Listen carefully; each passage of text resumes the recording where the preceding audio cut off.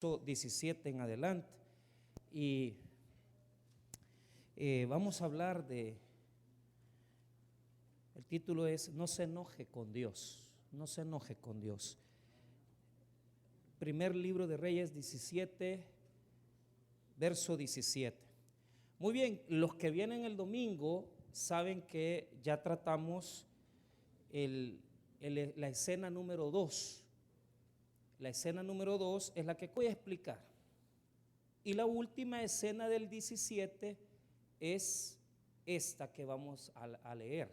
Así que se trata de: aconteció que cayó enfermo el hijo del ama de la casa, y la enfermedad fue tan grave, iniquidades, y para hacer morir a mi hijo, él le dijo: dame acá tu hijo. Entonces él lo tomó de su regazo y lo llevó. Que nos ministres, que puedas fortalecernos en tu presencia, haciéndonos comprender las verdades de estos textos bíblicos. Desde ya, bendito Señor, oramos toda nuestra ansiedad, todas nuestras preocupaciones, aquellas cosas que no nos dejan tranquilos, aquellas preocupaciones que ya no podemos cargar. Te las presentamos a ti. Pueden tomar asiento. Muy bien. Quiero decirles que el capítulo 17 nos presenta a Elías, el profeta. Él aparece en el verso 1 declarando que no iba a haber lluvia si no fuera por su palabra. Pero todo el capítulo 17 se desarrolla conmigo 3 escenas. La primera es la del arroyo de Querit, que es donde con los hermanos de jueves aprendimos que cuando viene la hambruna, la sequía, Dios le y él bebía agua del arroyo. Entonces, esa escena nos presenta una condición de muerte, porque llega un momento donde la sequía está en todos los lugares, menos si nosotros enfrentamos tiempos de sequía. Él también está dispuesto a que, aunque haya una sequía general, Él nos sustentará en medio de esa falta de lluvia. Quiero decirles que la sequía y la falta de lluvia del capítulo 17 tiene que ver con 2 sequías. Primero, que no va a llover, no va a caer agua del cielo. Pero lo otro es que no va a haber palabra de Dios hasta que Elías, el profeta, se presente en el capítulo 18 ante el rey Acab. Entonces, cuando las sequías vienen a tu vida, se juntan los 2 escenarios. La escasez muchas veces es provocada por nosotros mismos, porque nos separamos, nos ausentamos, y otras ocasiones, al apartarnos de nuestra lectura y de lo que Dios quiere para nuestra vida, cerramos nuestros corazones a lo que Dios tiene para nuestras vidas. Entonces, la sequía bíblicamente implica una ausencia de lluvia, una sequía en mi vida, pero también una ausencia de palabra. Él le da una orden a Elías y le dice: vas a ir donde una viuda que te va a sustentar, te va a dar de comer. Y ahí se da la segunda escena. La primera escena es el arroyo.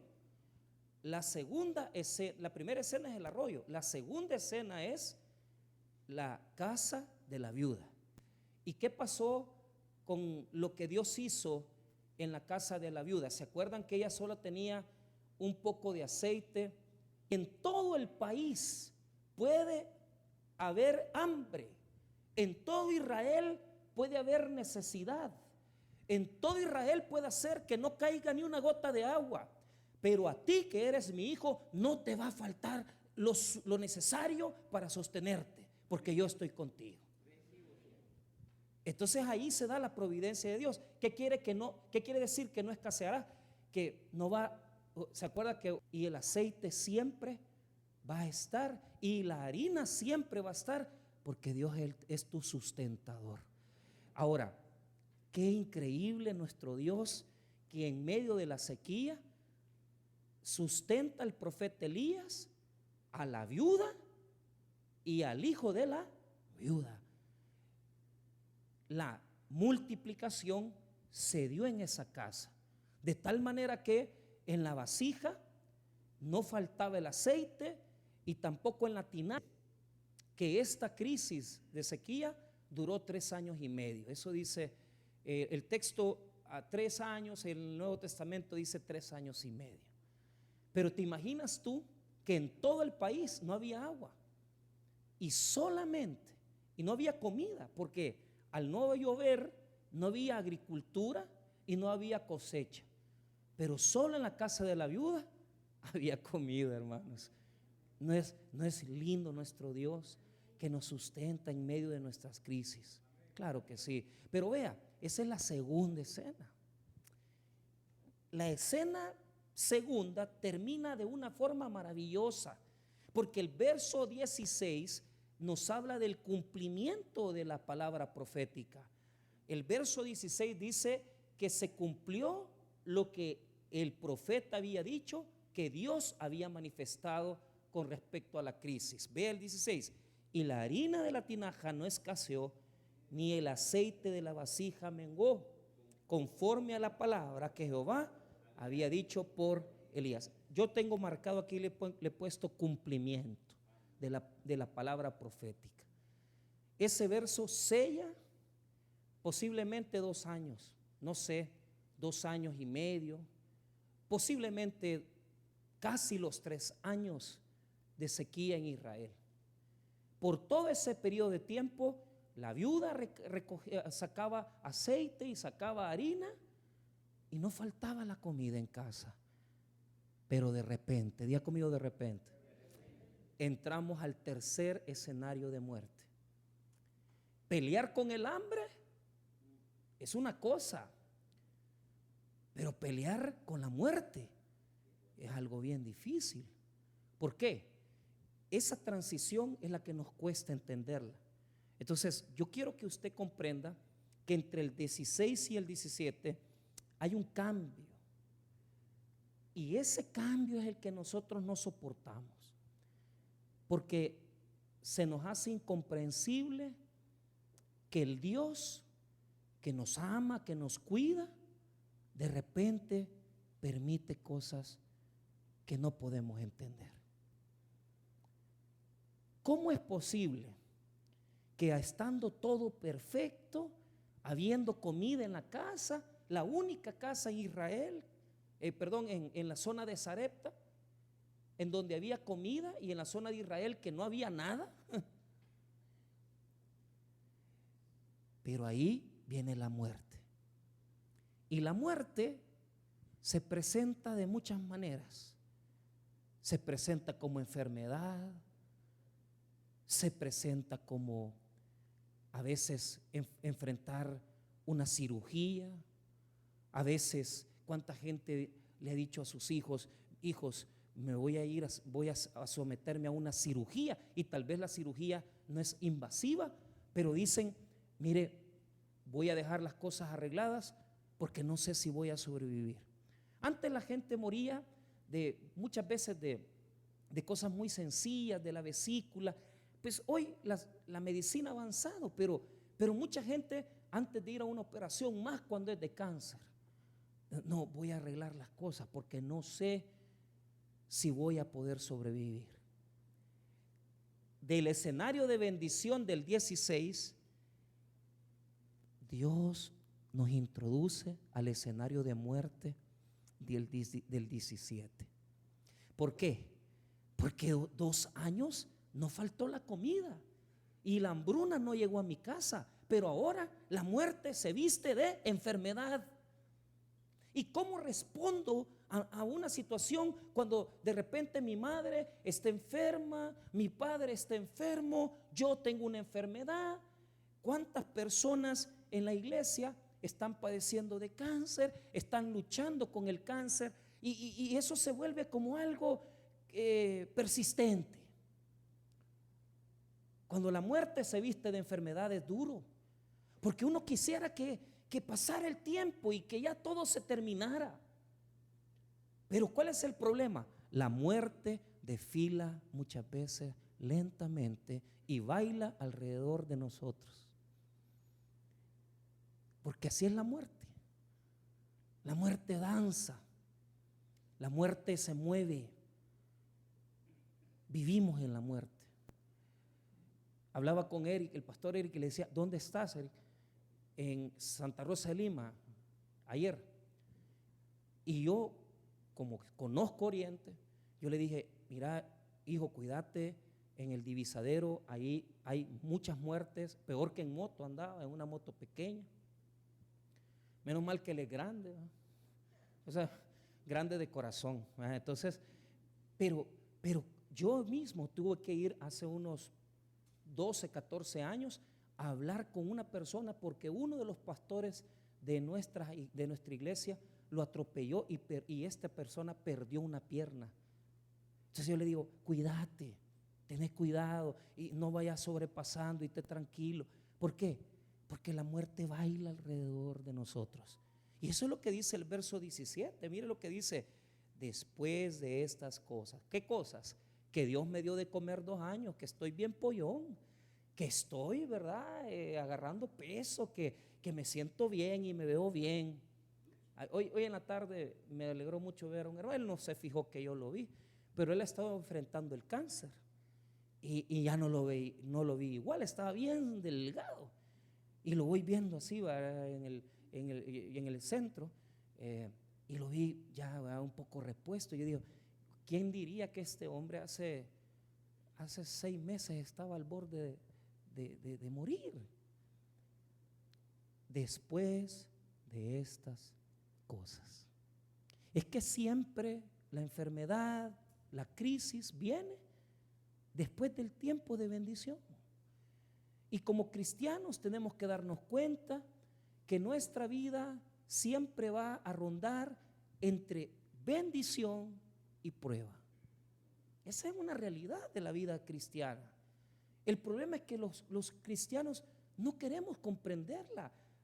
Nos molesta enfermarnos, nos molesta que nos pase algo malo, chocamos el carro, alguna situación, como que quisiéramos que Dios estuviera solo protegiéndonos y que en mi casa nunca pasara nada malo. Pero perdóneme, las cosas de Dios no son así, porque siempre se da eso. El 17 dice: después de estas cosas. ¿Después de qué? De que estuve en bendición, después de la fiesta. Es que, pastor, si estábamos alegres terminando el año y comenzando y con esperanza, y mire cómo nos recibe el año. Mire lo que dice esa parte del verso 17. Después de estas cosas, aconteció que cayó enfermo el hijo de la ama de la casa. Punto y coma. Se enfermó el niño. No nos dice cuánto tiempo estuvo enfermo. No nos dice cuánto tiempo padeció. No nos dice si estuvo mucho tiempo la viuda queriéndole sustentar. Pero escúcheme, para la viuda su hijo era su esperanza. La viuda había puesto en su hijo todo, porque él la iba a mantener. Las viudas estaban condenadas a ser pordioseras, y si no tenían un hijo estaban condenadas a morir, porque el hijo era su seguro social, el hijo era su AFP, el hijo era su futuro. Y yo hago una pregunta: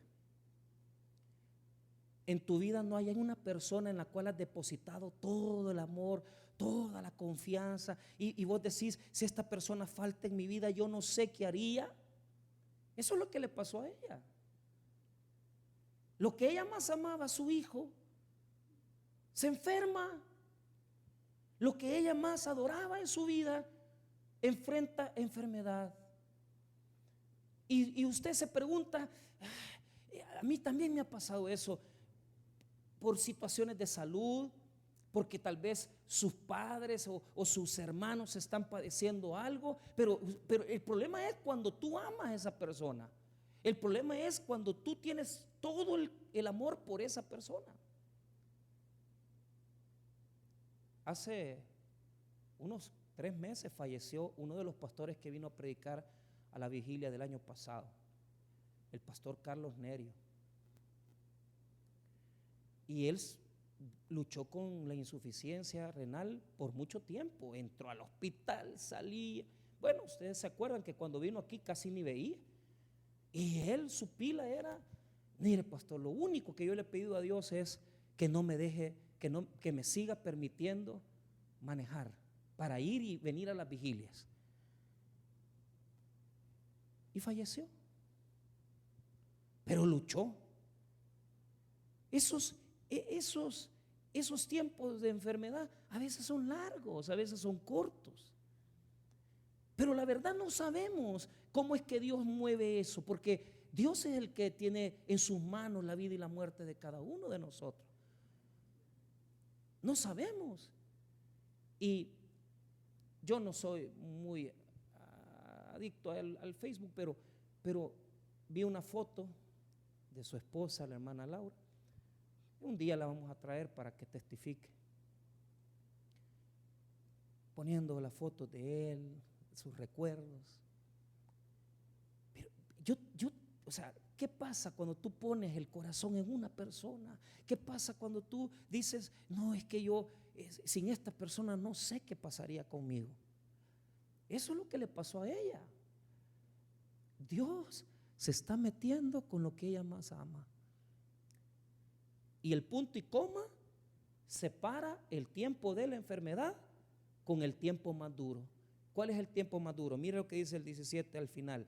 Y la enfermedad fue tan grave que no quedó en él aliento. Muchos eruditos dicen, porque el hebreo es un idioma difícil, que lo que pasó con esta persona, este joven, es que solo se había desmayado, pero en los versículos que continúan se afirma por parte del profeta y por parte de la mujer, de su mamá, que estaba muerto. Tanto el versículo 18 dice, y para hacer morir a mi hijo. O sea, hay una aclaratoria del texto en hebreo diciendo que cuando dice que se fue el aliento, quiere decir que murió.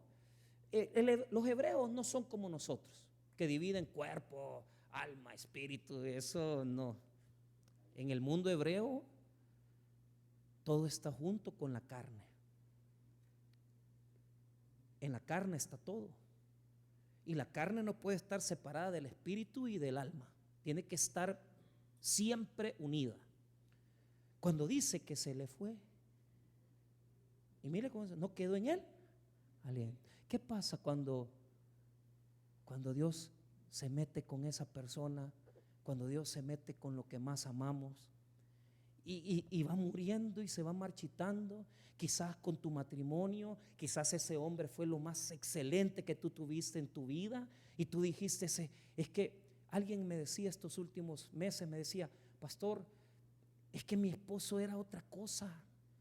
Él me trataba bien, era delicado, era una persona atenta. Claro, ha tomado decisiones equivocadas y se ha convertido en otra persona, en una persona sin sentimientos, maltratadora, indiferente.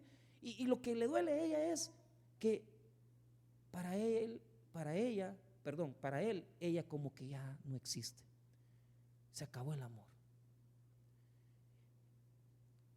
Se murió la persona, se murió la relación, se murió el negocio, se murió lo que amamos. Entonces viene algo increíble. Y esto, por eso es el título del mensaje: no se enoje con Dios. ¿Por qué? Porque nos resentimos con Dios. Porque se mete con lo que amamos, se mete con nuestro hijo, se mete con nuestra hija. Y uno dice, ¿y por qué tratas Dios con mis hijos? Si ellos que tienen algo que ver. Es que el problema tuyo y lo que no comprendes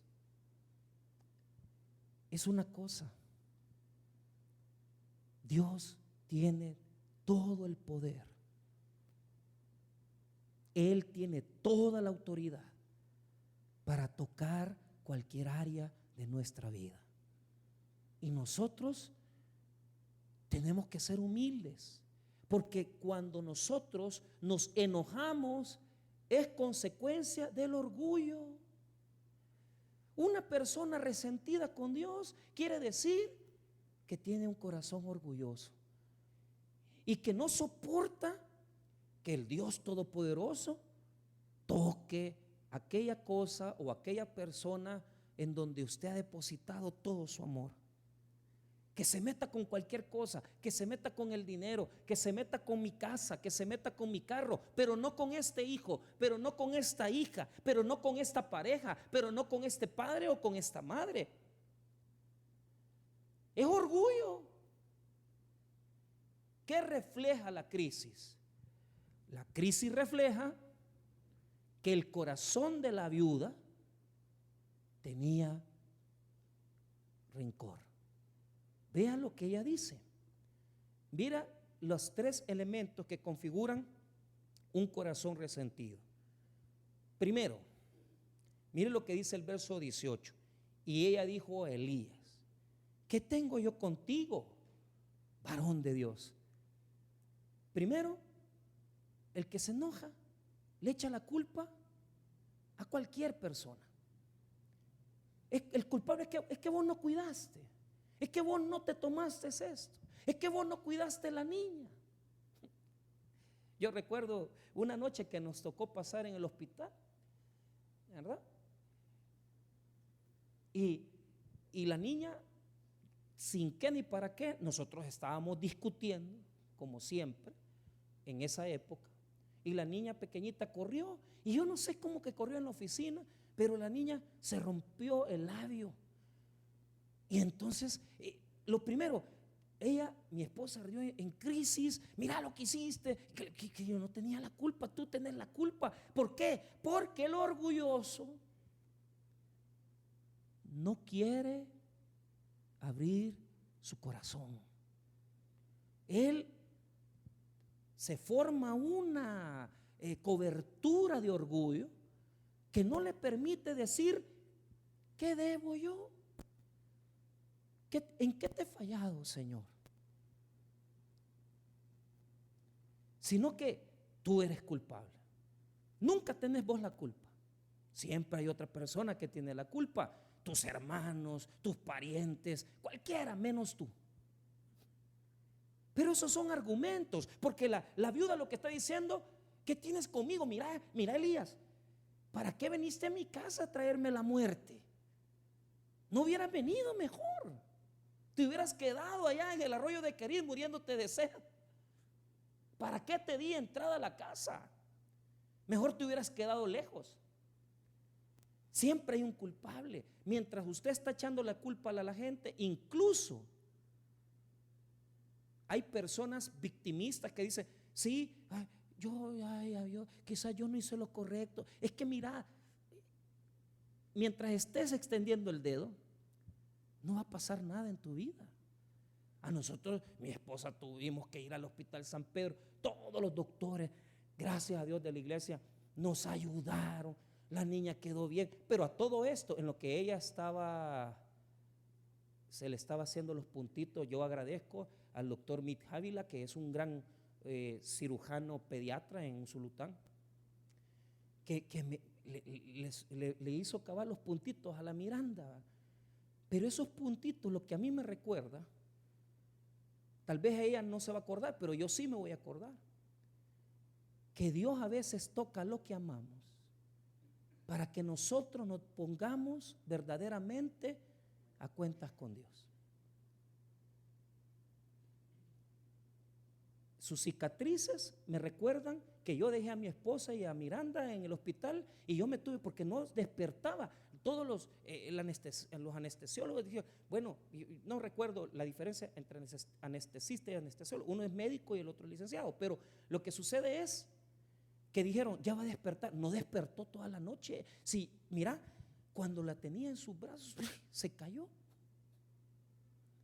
se desvaneció. Yo sentí que se estaba muriendo y no despertaba. Pero a todo esto, yo en el carro con la Belén, y yo: Señor, ¿qué? ¿Cómo? ¿Qué querés? No, es que Dios Dios no trabaja con eso, que vos tenés la culpa. Hay que abrir el corazón y oír a Dios. Y preguntarle, ¿por qué razón? Porque la viuda estaba tan frustrada que le dice, vos tenés la culpa. Pero no solamente eso, mire el otro rasgo de un corazón resentido. Primero acusa a medio mundo, pero otra cosa es, has venido a mí para traer a memoria mis iniquidades. Quizás estoy pagando algo que hice chiquitita. Tal vez estoy pagando algo que hice hace 20, 30 años. Quizás cometí un error. Quizás fui muy rebelde, pastor. Fíjate que ¿cuánta gente dice, a saber que estoy pagando? Dicen, a saber que estoy, porque están con un cáncer y se van hasta allá, hasta 20 años atrás. No, es que las cuentas con Dios son hoy. No son 20 años atrás. Las de 20 años atrás ya te las perdonó el Señor. La pregunta es, ¿qué cosas? ¿En qué te estás resguardando? ¿Te estás resguardando en echarle la culpa a alguien? ¿Te estás resguardando en que te seas la víctima y decís, ay, Dios me está cobrando porque yo fui una persona desordenada, porque yo fui una persona que no hice bien las cosas? Mira, deja de estarte echando la culpa. Así no funcionan las cosas. El tercer rasgo de una persona resentida con Dios: para hacer morir a mi hijo. Esto es mío. No me quites a mi hijo. No me quites a mi hija. No me quites este negocio. Y luchamos por detener aquellas cosas que creemos que nos pertenecen. Nada nos pertenece. Ni el dinero, ni las posesiones, ni la ropa, ni los hijos. Todo Dios nos lo ha concedido para que lo administremos. Pero hermano, ¿qué nos hace ser dueños de las personas o de las cosas? Ay, mi papá, no me lo quites. Ay, mire, tranquilo. No es suyo, es de Dios. Es de Dios. Su trabajo, su dinero. Mi hijo, dice ella. Pero yo noto algo en el verso número 19 que es interesante, porque el texto describe la característica del resentido. Además de que culpa a medio mundo, cree que Dios le está cobrando facturas de 30 años atrás, cree que Dios lo está castigando por lo que está pasando. Mira el 19. Él le dijo, dame acá tu hijo. ¿Por qué le dijo dame acá tu hijo? Porque el niño se le murió en los brazos a ella y ella lo tenía detenido. ¿Cuánta gente aquí no suelta? Y Dios le dice, yo quiero que me entregues lo que más amas. Yo quiero que me entregues tu orgullo. Yo quiero que me entregues tu hijo. Yo quiero que me entregues tu papá. Yo quiero que me entregues tu mamá. Yo quiero que me entregues. ¿Por qué? Porque vea nuevamente, él le dijo, dame acá tu hijo. Sí que no es tuyo. Mira, no te digo yo que la niña quedó en los brazos de Cintia y desmayó, así con la anestesia, ¿verdad? Metida. Yo sentí que se iba a morir y no despertaba. Y por un momento yo dije, no se va a saber qué pasará. Era alérgica. Pero esa alergia yo ya me la puedo. Esa alergia yo ya me la puedo. Eso es Dios tratando con mi orgullo.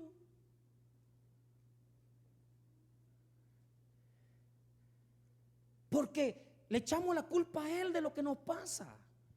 Porque le echamos la culpa a Él de lo que está pasando. Es que, hermano, oiga bien, ponga atención.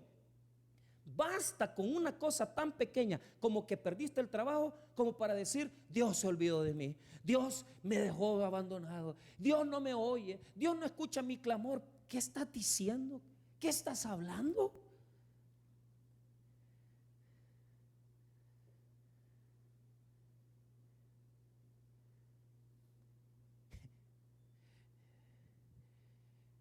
él tuvo que venir el profeta y quitarle el niño de los brazos. Vea lo que dice el 19. Él le dijo: dame acá tu hijo.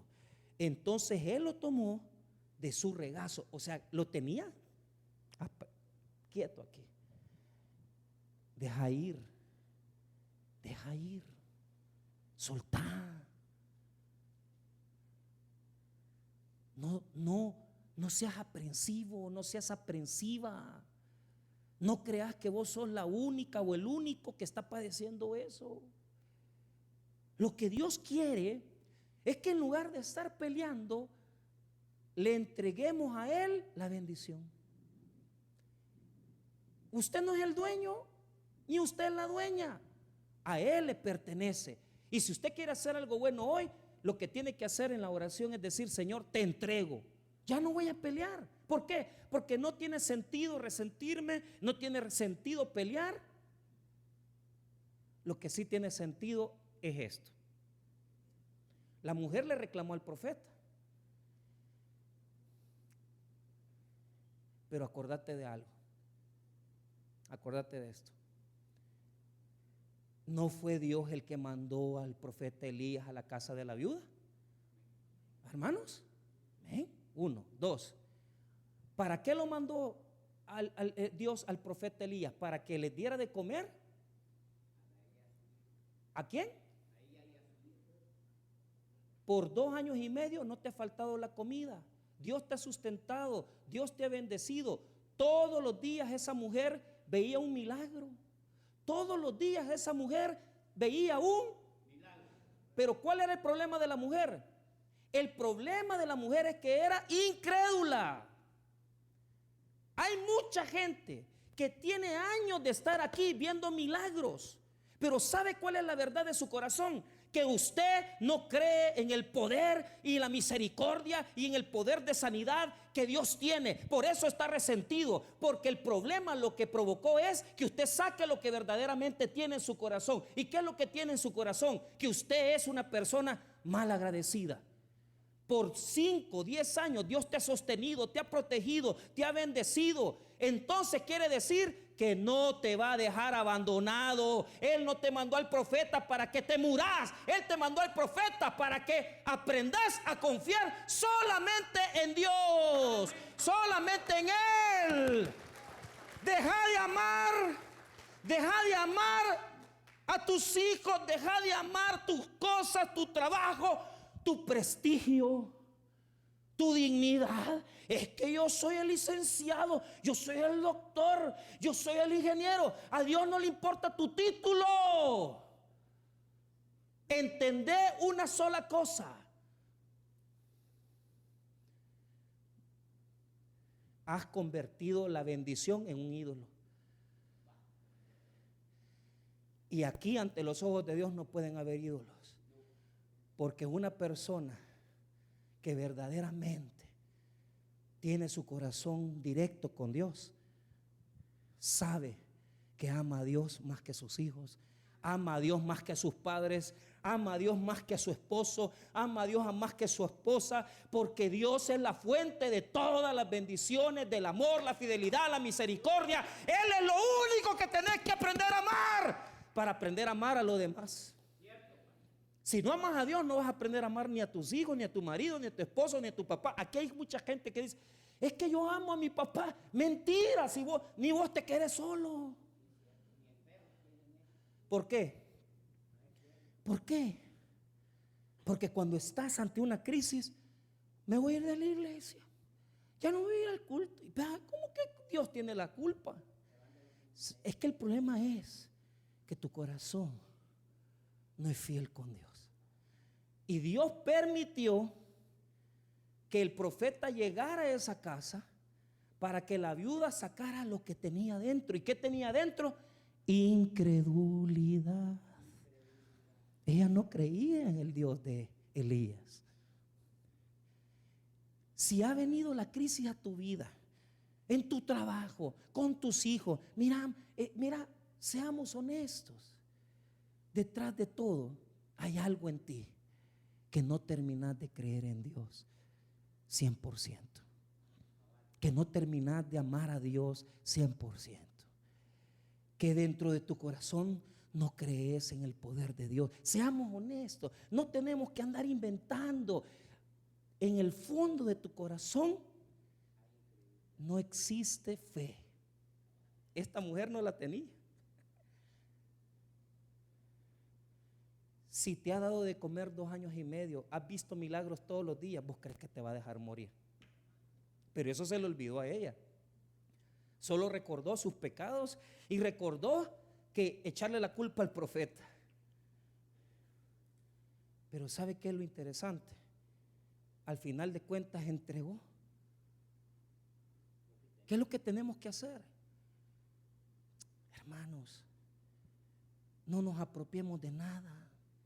No nos apropiemos de nuestras bendiciones. No creamos que íbamos a pasar en el mismo trabajo 20 años. No creamos que la gente siempre va a estar para nosotros toda la vida. Va a llegar un momento donde cualquier persona que nos rodea puede pasar a otro lugar, puede sanar, puede irse. No somos dueños de la vida. El dueño de la vida es Dios. Y cuando yo dejo a Dios ser Dios en mi vida, es cuando yo puedo decir que yo ya confío en Él. Cuando yo puedo entregarle a Isaac lo que yo más amo. Cuando yo puedo entregarle lo que más amo, mi hija, mi hijo. Porque yo sé que eso no me mueve. Porque mi corazón le pertenece solamente a Dios. No me mueve. Sí hay rencor, sí hay un duro que nos duele porque nos hospitalizaron, porque nos enfermamos, sí, pero superemos eso. Y mire, el profeta se lleva al niño a su aposento. Esto nos muestra que el texto bíblico lo que quiere revelar es que el profeta vivía separado de la mujer. O sea, no tenían ninguna relación, sino que ella vivía abajo con su niño y el profeta arriba. Entonces, mira lo que dice el verso 19. Entonces él lo tomó de su regazo y lo llevó al aposento donde él estaba y lo puso sobre su cama. Ahí lo puso. Y aquí viene la oración de Elías. La oración de Elías representa lo último que queda en nosotros. Lo último que hay en el corazón, que a veces no está ubicado bien con Dios. Esa lucha interna que sí, pastor, yo entiendo lo que me está diciendo, pero no, yo no quiero pasar por esto. Lo interesante es lo siguiente. Mira lo que dice el verso 20. Y clamando a Jehová dijo: Jehová, Dios mío, aún a la viuda en cuya casa estoy hospedado has afligido, haciéndole morir su hijo. ¿Sabes qué le está diciendo en hebreo?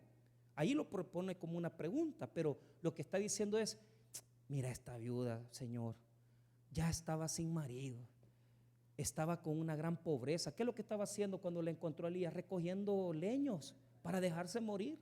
Y todavía le vas a quitar su hijo a esta mujer.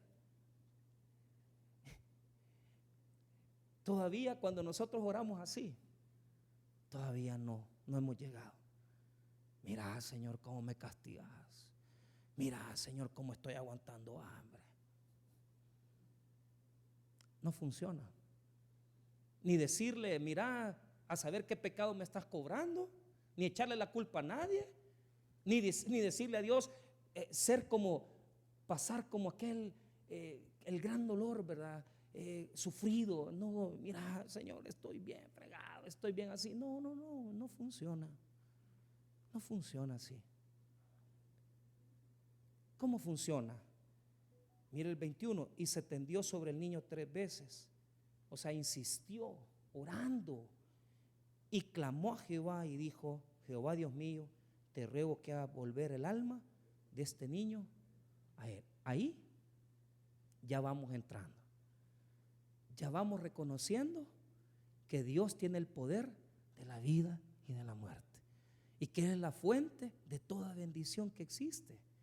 Cuando ya llegamos ante Dios y comenzamos a tener contacto con él, porque usted estaba resentido y no quería venir a la iglesia, ya no quería venir al culto. Si querés salir de eso, tenés que tener contacto con Dios, porque la vida tiene que tocar la muerte. Y si tu mente no está bien, te falta venir más a adorar a Dios. Y si está pasando una crisis, ponele un nivel más a un culto.